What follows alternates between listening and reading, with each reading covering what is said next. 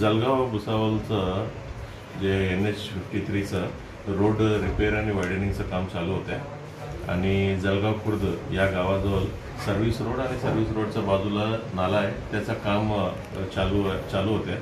काल रात्री 7:30-8 वाजेपर्यंत काम चालू होते। जे त्या कामामध्ये काम करणारे कामगार 7-8 लोक काम केलं, त्याच्यापैकी 3 लोक त्याच ठिकाणी झोपले होते। तिथे सर्व्हिस रोडला जिथं काम झालं होतं तिथे रोड साईडनं झोपले होते।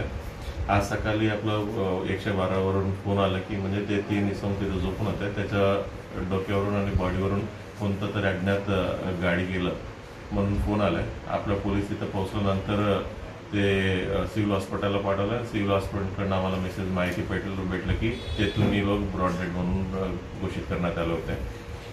नेमका कोणता गाडी त्याच्यावरती गेलेला आहे या विषयावर आम्ही शोध चालू आहे।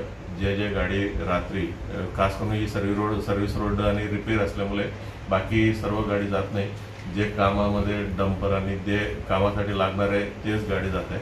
ही सर्व गाडी कोणता इन्व्हॉल्व झालेला आहे आणि कोणता गाडी रात्रीपासून त्या रस्त्यावर चाललेला आहे, ही सर्व गोष्टीवर आमची तपास चालू आहे आणि त्यांचं गुन्हे निष्पन्न करण्याचं प्रक्रिया चालू आहे। आम्ही कलम 105 BNS अनुसार गुन्हा दाखल करण्याची प्रक्रिया चालू आहे आणि तिन्ही जे मयत झालेल्या लोकांचा ओळख पटलेला आहे।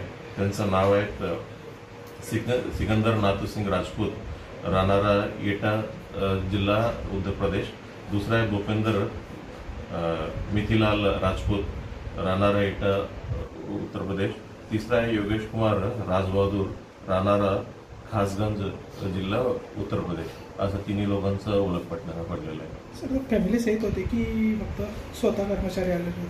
कोण ही काम करणारे एकटाच होते, म्हणजे काम करायला तिकडे आलं होतं।